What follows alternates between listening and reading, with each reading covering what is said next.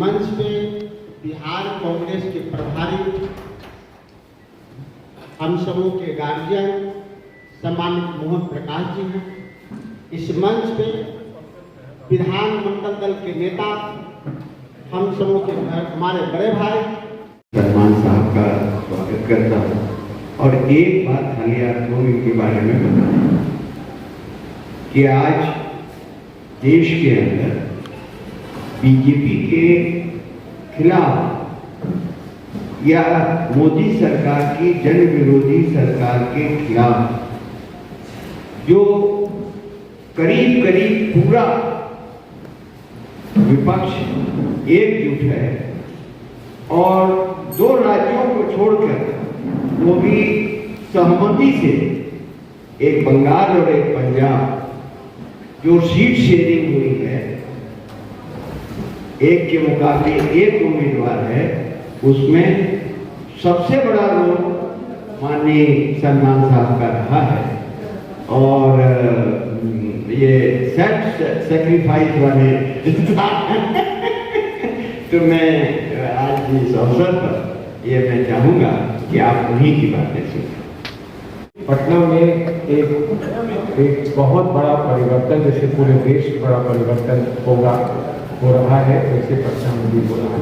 पटना से मेरा मकसद बिहार के बारे में है, बिहार के भविष्य के बारे में है, बिहार के बच्चों के भविष्य के बारे में है।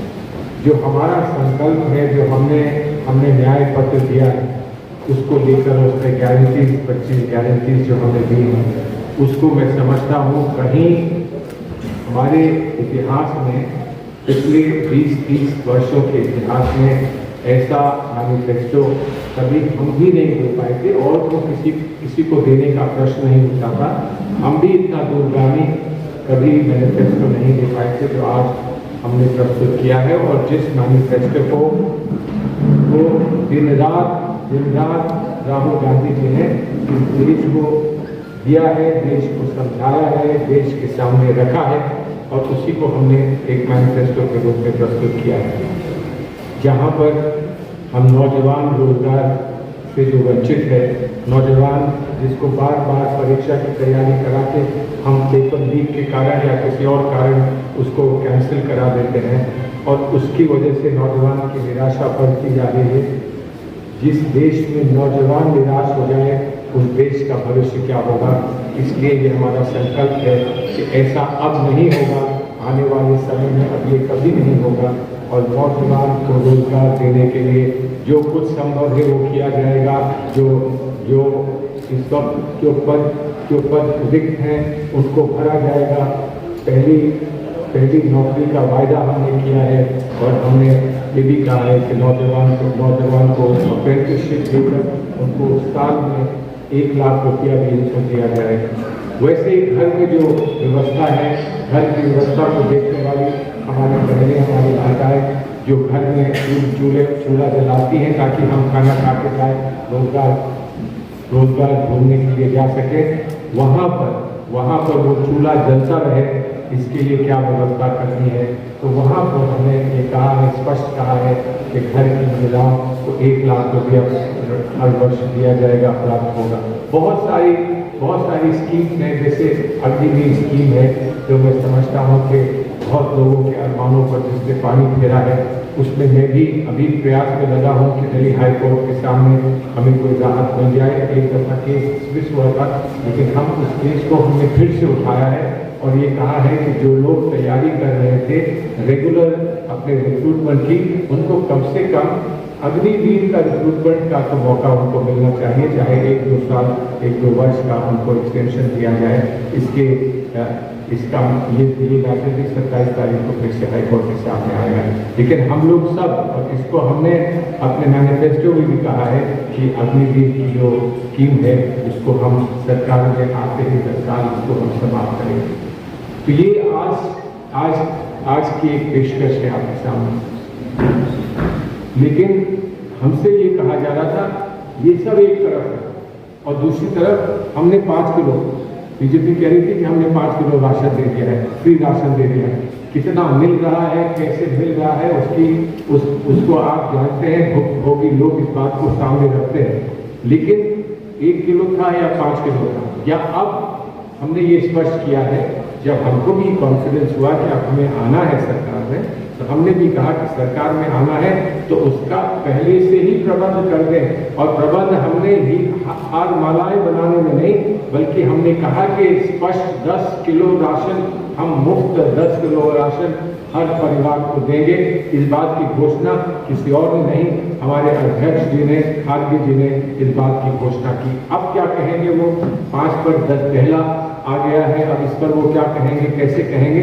लेकिन सच्चाई ये है कि हमने जो किया है वो सिर्फ इसलिए किया है कि हम मानते हैं कि हमारी जिम्मेदारी अब स्पष्ट सामने आ गई है, इसलिए उस जिम्मेदारी को पूरा करना हमारे लिए एक बड़ा हमारा कर्तव्य बनता है। और उसको हमने स्पष्ट पहले ही, चुनाव खत्म होने से पहले ही उसको हमने सबके सामने रखा है। और उम्मीद करते हैं कि इस पर हमारी आम जनता इस पर थोड़ा विचार करेगी। आप लोग सब इस बात को आगे बढ़ाएंगे और उसके बाद विचार करने के बाद सही निर्णय इस चुनाव में लिए जाएंगे। चुनाव की बात आई तो मैं आपसे इतना कह दूं, वो ये कहते हैं कि आपकी भैंस ले जाएंगे, आपकी भैंस ले जाएंगे, आपका मंगलसूत्र ले जाएंगे। तो मंदिर तो बाद में आएगा ना, मंगलसूत्र तो आपका निजी एक हक होता है, वहीं से अगर शुरू हो जाएगा तो फिर आगे क्या होगा। जब मैंने कह दिया कि हम जान अपनी देने को तैयार हैं अपनी बहनों के और माताओं के मंगलसूत्र के लिए, तो अगर मंगलसूत्र के लिए जान दे देंगे तो हम मंदिर के लिए क्या कुछ नहीं दे देंगे, मस्जिद के लिए क्या कुछ नहीं दे देंगे। इसलिए कि अगर उनका ऐसा मानना है कि ताले लग जाएंगे, बुलडोजर चल जाएगा, हम तो मानते हैं कि बुलडोजर किसी पर नहीं चलना चाहिए। कानून है इस देश में और कानून के माध्यम से ही, कानून की ही वजह से आज मंदिर बना है। और मंदिर बना है तो वो मोदी जी ने नहीं बनाया है, वो सुप्रीम कोर्ट ने ये कहा कि अब आप लोग आपस में बैठकर अगर नहीं तय कर सकते तो हम तय करेंगे। और सुप्रीम कोर्ट ने फिर क्या फैसला किया, ये कहा कि यहाँ पर मंदिर है और यहाँ पर मस्जिद बनेगी, मस्जिद का भी फैसला किया।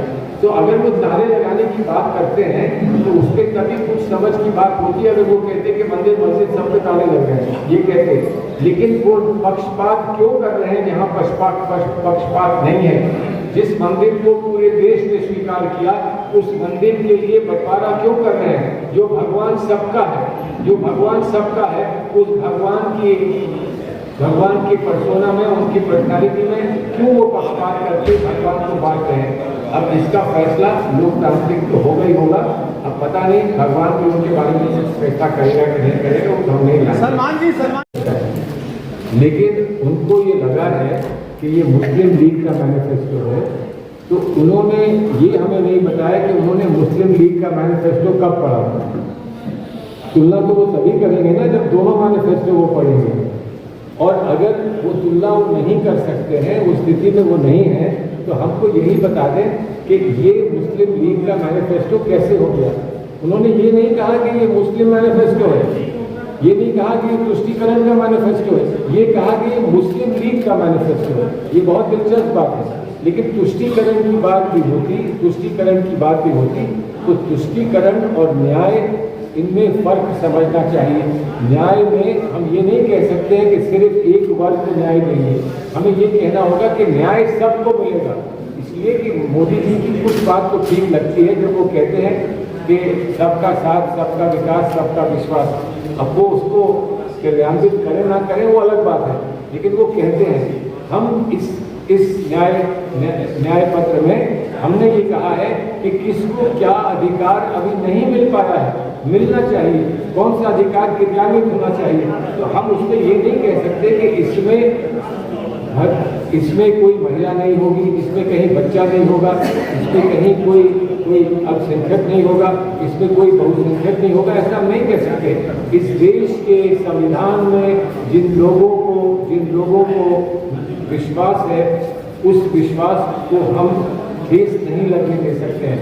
और मुझे गर्व है इस बात का कि हमारे मुल्क के हर वर्ग के और हर धर्म और जाति से जुड़े हुए लोग विश्वास संविधान में करते हैं। अगर मोदी जी को विश्वास संविधान में नहीं है तो मैं उसका क्या जवाब दे सकता हूँ? उसका जवाब तो जनता देगी और 4 तारीख को पता चलेगा। सलमान जी एक सवाल है, ये प्रधानमंत्री ने कहा है कि अगर बेरोजगारी पे बात करें, आज बढ़ते हुए निराशा की बात करें, नौजवानों की निराशा पे बात करें, आज जो उपलब्ध हमको कराना है और हम कर रहे हैं उस पर हम बात करें। मंदिर का तो मामला तय हो चुका है और सुप्रीम कोर्ट के बाद कोई और कोई कोर्ट नहीं है इस देश में, जहाँ तक मेरी जानकारी है। सर एक तरफ आप लोग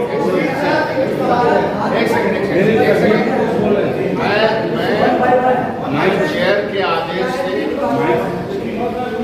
के आदेश से हम विपक्ष है ना, सरकार भाजपा की है, विपक्ष प्रश्न करती है और आपके माध्यम से छोटा सा प्रश्न है और यह प्रश्न है कि आटा 20 रुपए था 40 रुपए है, दाल 80 रुपए था 210 रुपए है, दूध 30 रुपए था 66 रुपए है, तेल 52 रुपया था 150 रुपया है, पेट्रोल 66 रुपए था तो 97 रुपया है, डीजल 52 रुपए था 90 रुपए आज है, रसोई गैस 410 था 1103 है, डॉलर 58 था 83 रुपए है।